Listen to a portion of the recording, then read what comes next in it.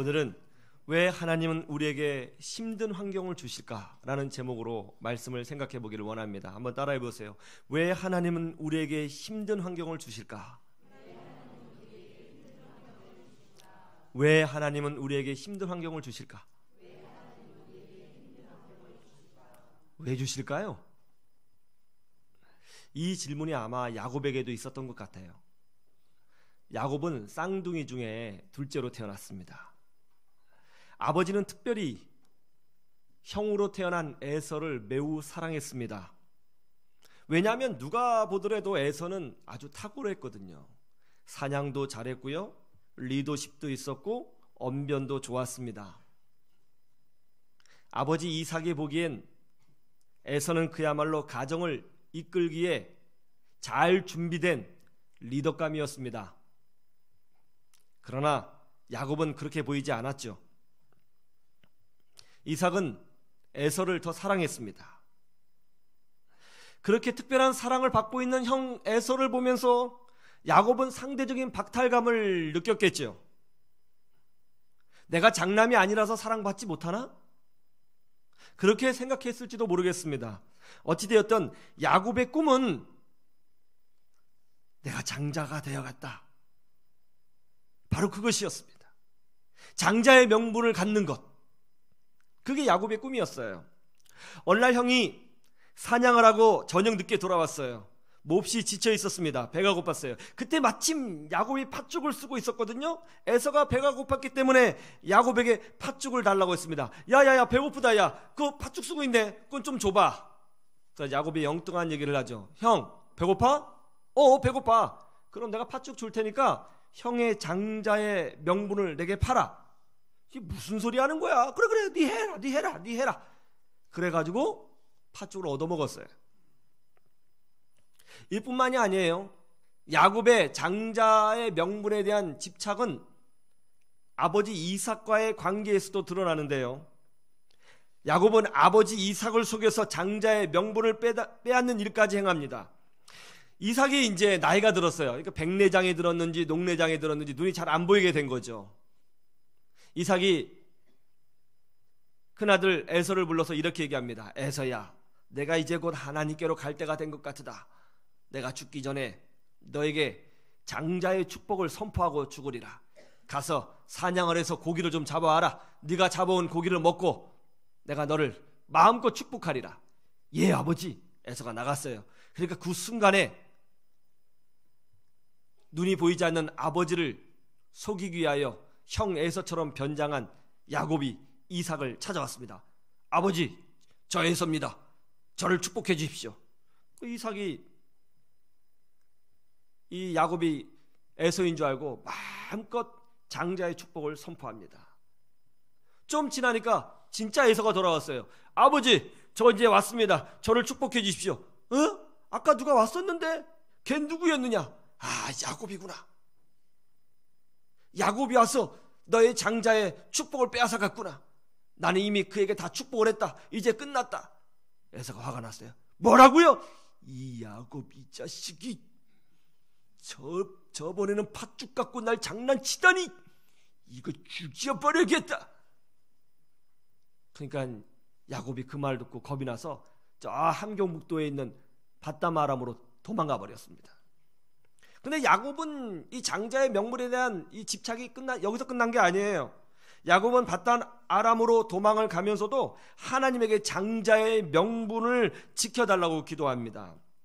도망가던 길에 밤이 되었어요. 거기서 노숙하게 되었습니다. 근데 꿈을 꿨어요.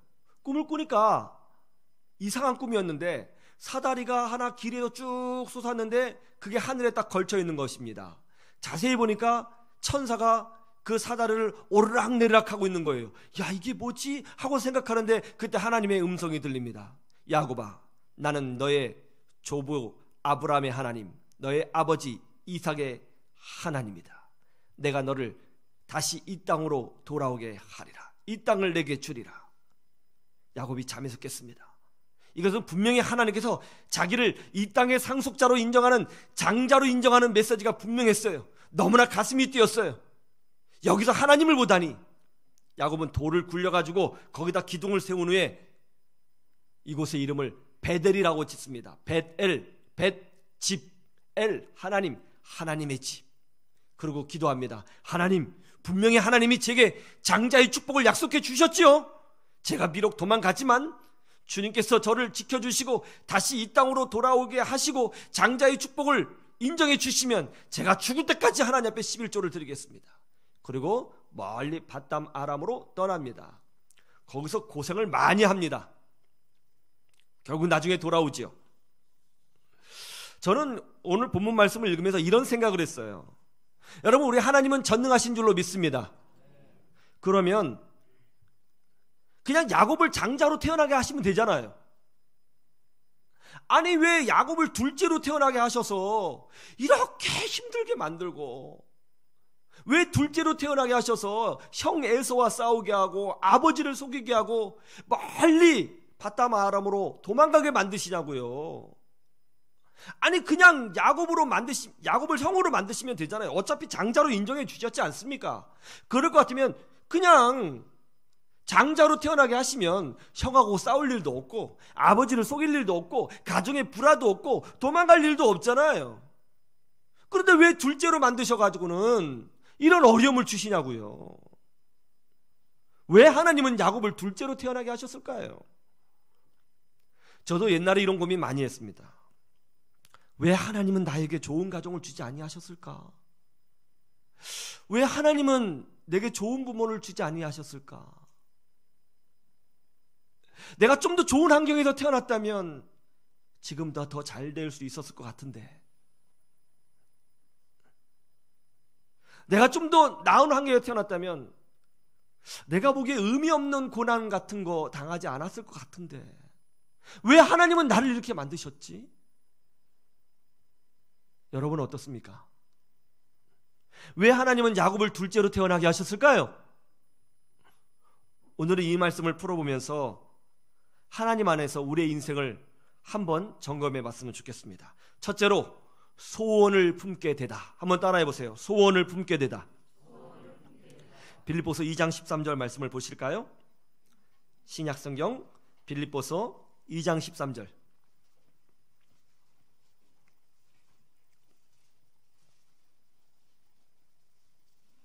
신약성경 빌립보서 2장 13절. 찾으셨어요? 찾으셨으면 아멘. 같이 한번 봅니다. 시작. 너희 안에서 행하시는 이는 하나님이시니 자기의 기쁘신 뜻을 위하여 너희에게 소원을 두고 행하게 하시나니.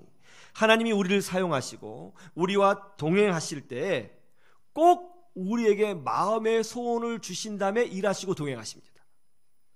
그래서 하나님은요, 놀랍게도 꿈과 비전의 사람과 함께 하시고 그 심령의 소망이 가득한 사람을 통해서 하나님이 어떤 분이신지를 보여주기를 기뻐하신다는 거예요.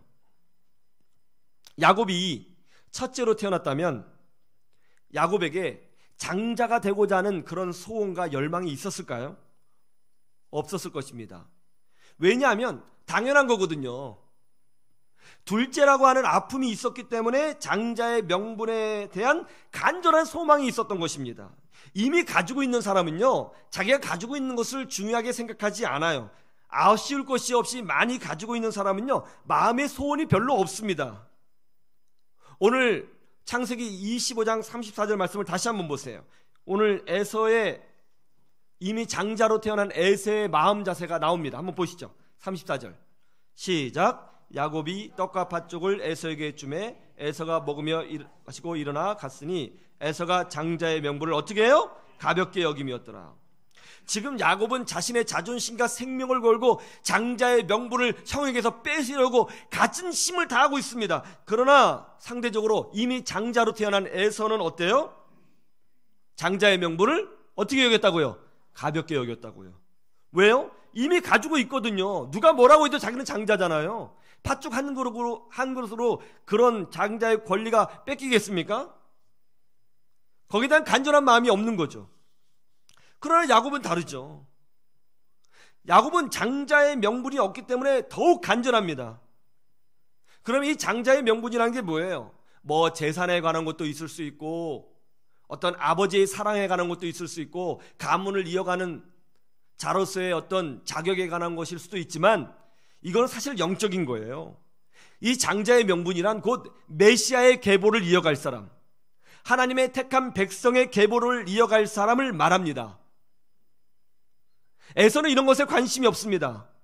신앙생활, 교회 다니는 것, 성경책, 찬송, 헌금, 주일 성수, 세례, 직분 이런 거에 관심이 없어요. 아주 가볍게 생각하고 있다는 것이죠. 그러나 야곱은 아니었습니다. 모든 것이 다 소중하고 귀했습니다. 그래서 마음의 소원을 품었죠. 하나님은 그 마음의 소원을 귀히 여기시고 야곱과 동행해 주신 것입니다. 제가 중학교 때 교회에서 개근을 했습니다. 학교에서도 개근상을 받지 못했거든요. 근데 교회에서 3년간 한 번도 주의를 받지 않아서 개근상을 받게 됐습니다. 상으로 뭘 받았냐면 가죽 성경을 받았어요. 진짜 가죽 성경. 근데 이 성경책은요, 글씨가 가로로 써 있는 게 아니라 세로로 써 있는 성경책이었어요.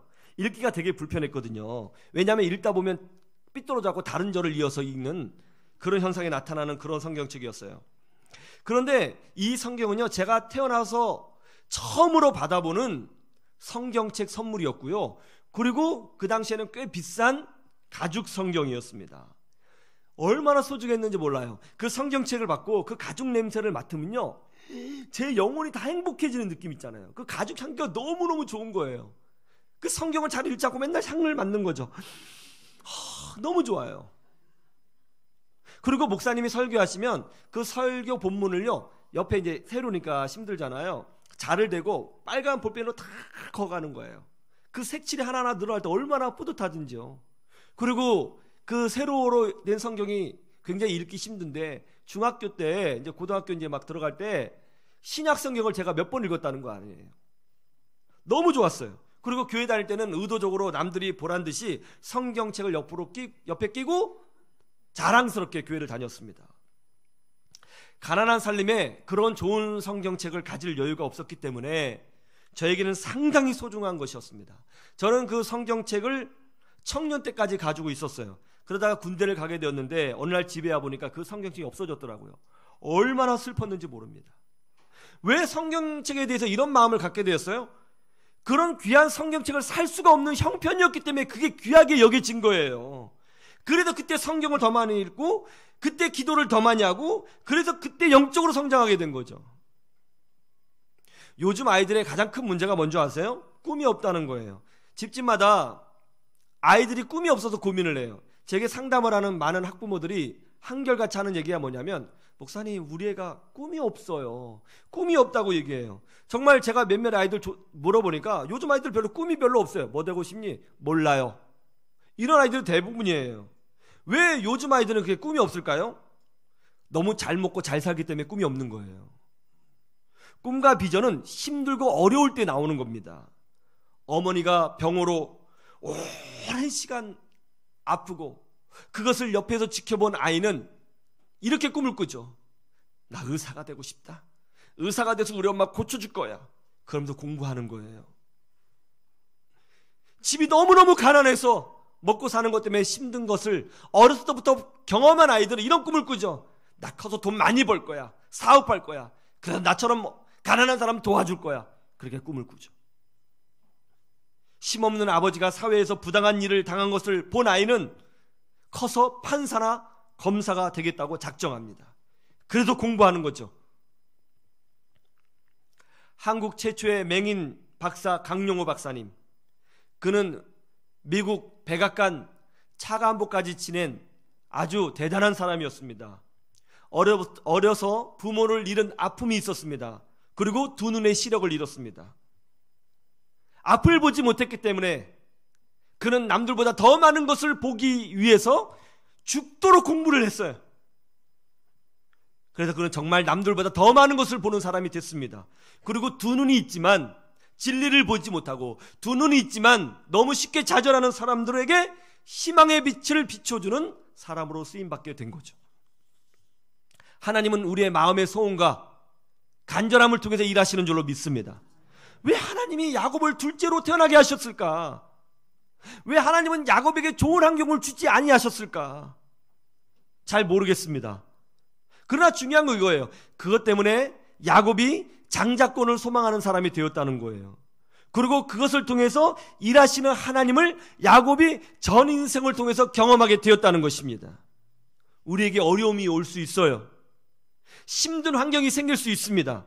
그런데요, 그것이 꼭 우리에게 나쁜 것일까요? 혹시 그것을 통해서 일하시는 하나님을 보는 기회가 생기지는 않을까요? 여러분은 어떻게 생각하십니까? 두 번째, 운명의 지배에서 자유하다입니다. 한번 따라해 보세요. 운명의 지배에서 자유하다. 창세기 47장 8절에서 10절을 한번 보시죠. 창세기 47장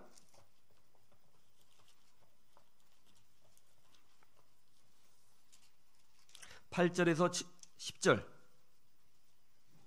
7절부터 7절에서 10절, 47장 7절에서 10절. 우리 같이 합독합니다. 시작. 요셉이 자기 아버지 야곱을 인도하여 바로 앞에 서게 하니 야곱이 바로에게 축복하매 바로가 야곱에게 묻되 네 나이가 얼마냐? 야곱이 바로에게 아뢰되 내 나그네 길의 세월이 130년이니이다. 내 나이가 얼마 못되니 우리 조상의 나그네 길의 연주에 미치지 못하나 험악한 세월을 보내었나이다 하고 야곱이 바로에게 축복하고 그 앞에서 나오니라. 야곱이 이미 늙었습니다. 그런데 그 중동적에 엄청난 흉년이 임했어요. 가족이 다 기아로 죽게 생겼습니다. 죽을 처지에 놓이게 된 거예요. 그런데 놀랍게도 잃어버렸다고 생각했던 아들 요셉이 이집트의 총리가 되었다는 것을 알게 되고 그 아들의 힘으로 말미암아 그나마 부유한 이집트 땅으로 이주하게 되어 가족이 살게 되었습니다. 이제 야곱이 그 당시에 최고의 권력을 가지고 있고 모든 힘을 가지고 있는 이집트 왕, 문명의 중심. 그 당시에 이미 피라미드가 있었거든요. 엄청난 과학기술을 자랑하는 대제국의 황제를 만나게 되었습니다. 그럼 이제 이집트의 왕을 파라오를 만날 때에 야곱은 어떻게 해야 되는 거죠? 왕을 만나잖아요. 그것도 보통 왕이에요. 어마어마한 왕이죠. 정말 높은 분이죠. 그러면 머리를 조아리고 두렵과 떨림 가운데 왕을 만나야 되잖아요. 근데 야곱이 이상한 행동을 하는 거예요. 그 어마어마한 왕을 딱 만났는데 야곱이 그 머리를 숙이지도 않고 고개를 빳빳이 들면서 그 왕을 향하여 손을 딱 들고 축복 기도를 해주는 거예요. 파라오가 충격을 먹었어요. 이집트 왕이 충격을 먹었어요. 보통은 왕이 아랫사람을 축복하는 거거든요. 자기를 축복해 준 사람이 아무도 없거든요. 너무 기가 막힌 거죠. 그래서 이 바로 왕이 묻습니다. 에? 너 나이 몇 살이냐? 그랬더니 이 야곱이 그러죠. 얼마 안 됩니다. 130살입니다. 저는 평생 고생만 하다가 산 늙은이에 불과합니다. 그렇게 답변하고는 또 다시 손을 들고 이집트 왕을 축복하고 나갔다는 것입니다. 이게 무슨 행동일까요? 야곱은 둘째로 태어났죠. 아버지에게 인정받지 못한 아들이었습니다. 가나안 땅에 힘없는 늙은 노인에 불과했습니다. 그런 그가 감히 이집트 왕을 손을 들어 축복한다고요? 이게 무슨 자신감이에요? 야곱은 이런 생각이 있었던 거예요. 자신이 세상을 축복할 수 있는 영적 장자로 하나님이 세워주셨다는 것을 확신하고 있는 것입니다. 하나님은 야곱을 장자로 세우셨는데 이 장자권은 단지 한 가정의 장자권이 아니라 하나님 나라의 리더로서 장자권이라는 것을 깨달았어요. 야곱은 하나님 분명히 아브라함에게 약속하셨거든요. 세상의 모든 족속이 너로 말미암아 복을 얻을지라. 이 야곱을 통해서 메시아가 오십니다. 예수님이 오십니다. 이 예수님을 통해서 모든 시대 모든 사람이 하나님의 자녀가 되고 죄가 용서받고 구원받게 되는 줄로 믿습니다. 이 야곱은 특별한 사람입니다. 세상을 축복하기 위해서 하나님이 보내신 영적인 장자입니다. 야곱을 이걸 알았어요. 아무리 세상에 최고의 왕이 있어도 하나님이 자기를 세상을 축복할 수 있는 영적인 장자로 세웠다는 것을 깨달았어요. 담대하게 손을 들고 이집트 왕을 축복하고 있는 것입니다. 하나님은 인간이 만들어 놓은 운명의 법칙, 한계의 법칙에 끌려가시는 분이 아니시라는 것을 야곱이 깨달은 거죠. 둘째로 태어났다고 해서 영원히 둘째로 사는 것이 아니고 가나안 땅 시골 땅에서 살았다고 해서 영원히 시골뜨기가 아닌 거죠. 여러분, 예수 그리스도를 나의 구주로 믿고 있는 사람은 운명에 지배되지 않는 사람이라는 것을 믿으시기를 주님의 이름으로 축원합니다. 세상 사람들이 말하는 운명은 무엇입니까? 절대로 바꿀 수 없는 자신의 인생을 말하는 것이죠. 그래서 영화 중에 관상이라고 하는 영화가 있어요. 거기에 보니까 송강호 씨가 그 주인공으로 나오거든요. 조선 최고의 관상쟁이입니다. 이 사람이 사람들의 운명을 다 예언하죠. 관상을 보면서. 그때 이 자신의 미래를 들은 사람들의 공통적인 반응이 뭔지 아세요? 자신의 운명을 다 바꾸려고 노력을 해요. 그런데 아무도 정해진 운명을 피해가지 못했다는 거죠. 이 영화의 주제죠. 여러분, 이것이 사실입니까? 절대로 그렇지 않습니다. 이건 마귀의 속임수입니다. 예수 그리스도 안에 있는 자는 결코 정죄함이 없습니다. 죄와 사망의 법에서 해방한 사람인 줄로 믿습니다. 그래서 우리는 운명과 환경에 지배당하지 않아요. 어떤 분은 자신의 태몽이 너무 나쁘다는 겁니다. 그래서 가난하게 살 운명이라고 말합니다. 아닙니다. 예수 그리스도 안에서는 그런 거 효력 없습니다. 그리스도 안에 있는 자는 누구나 복된 자이며 하나님의 자녀이며 축복을 받되 넘치도록 받는 줄로 믿습니다. 어떤 분은 자신의 사주팔자가 좋지 않아서 자녀 복이 없을 거라고 말합니다. 아닙니다. 예수 그리스도 안에서는 그런 것은 의미가 없습니다. 예수 안에 있으면 누구나 죄사함을 받고 믿음의 명문가가 되는 줄로 믿습니다. 왜냐하면 세상을 창조하신 하나님이 그렇게 만들어 주시기 때문에 그런 거예요. 우리는 그래서요, 우리는 손금이나 관상이나 별점이나 닭띠니 개띠니 그런 거로 점치는 것 받아들이지도 않고 인정하지도 않습니다. 우리는 하나님을 믿는 줄로 믿습니다. 어떤 분은 자신의 가문이 너무나 초라한 가정이기 때문에 영원히 흙수저로 살게 될 것이라고 말합니다. 아닙니다. 우리 하나님은 낮은 자를 높이시고 가난한 자를 부유하게 하시며 절망을 희망으로 바꿔주시는 줄로 믿습니다. 조선 말기 박성춘이라는 사람이 있었습니다. 이 사람은 백정이었습니다.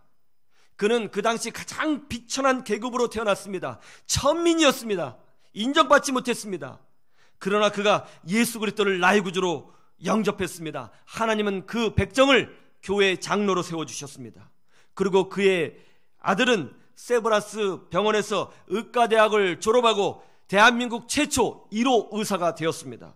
또 백정이었던 박성춘은 독립운동가가 되었고 만민공동의회에서 연사로 나서서 민족 정신을 일깨우는 민족의 리더가 되었습니다.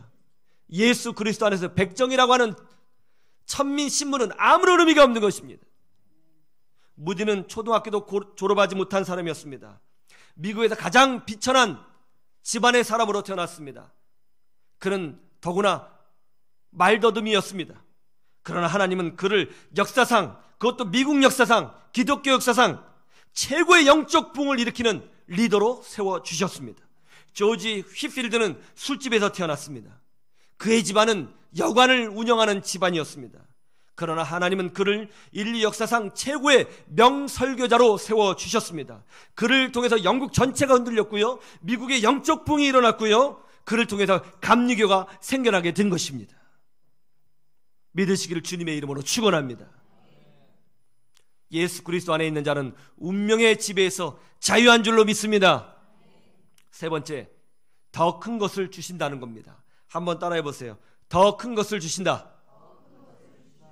창세기 48장과 49장은 야곱이 자신의 12 아들을 축복하며 예언하는 말씀입니다. 이 야곱의 축복 기도는 단순한 축복 기도가 아니에요. 장차 오실 예수 그리스도 메시아를 향한 축복 기도였습니다. 이 예수님을 통해서 모든 시대 모든 사람이 죄사함을 받고 구원받게 되는 줄로 믿습니다. 그것을 바라보는 축복 기도였어요. 이것이 야곱에게 무슨 의미였을까요? 야곱은요, 원래는 사랑받고 있는 형 에서를 보면서 부러워했죠. 자신이 장자가 되고 싶었습니다. 아버지의 사랑을 받고 싶었습니다. 그게 전부였어요. 그거면 족하다고 생각했죠. 그런데 하나님은 그것만 주신 게 아니었습니다. 하나님은 둘째라고 하는 운명의 힘에서 벗어나도록 야곱의 인생을 바꿔줬을 뿐만이 아니라 하나님은 야곱의 가문을 통해서 이스라엘의 민족을 이루시고, 하나님은 야곱의 가문을 통해서 예수님을 보내주시고, 하나님은 야곱의 가문을 통해서 모든 사람들이 천국으로 가는 어마어마한 축복을 부어주신 것입니다. 이것을 야곱이 깨닫고 그의 자녀들을 축복한 거죠. 하나님은 내가 생각하는 것 그 이상으로 부어주시는 분이시고요, 내 기도 이상으로 채워주시는 분이에요. 이만한 꿈이 있어요? 하나님 상상하지 못할 것을 부어주실 줄로 믿습니다. 내가 지금 이만큼 기도하고 있어요? 그 이상으로 채워주시는 줄로 믿습니다. 리처드 젠스키라고 하는 청년은 노숙자의 아들이었습니다. 흑인이었어요.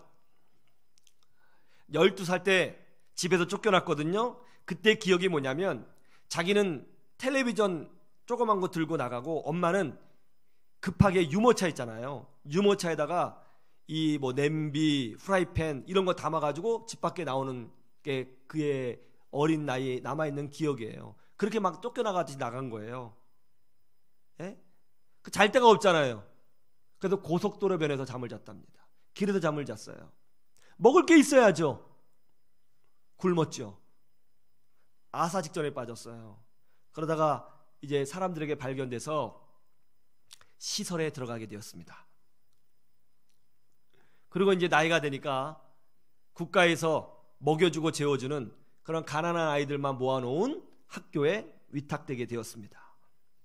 거기 있는 사람들 다 그런 얘기했어요. 여기 학교 졸업하지 못하고 나간 애들 무수히 많다.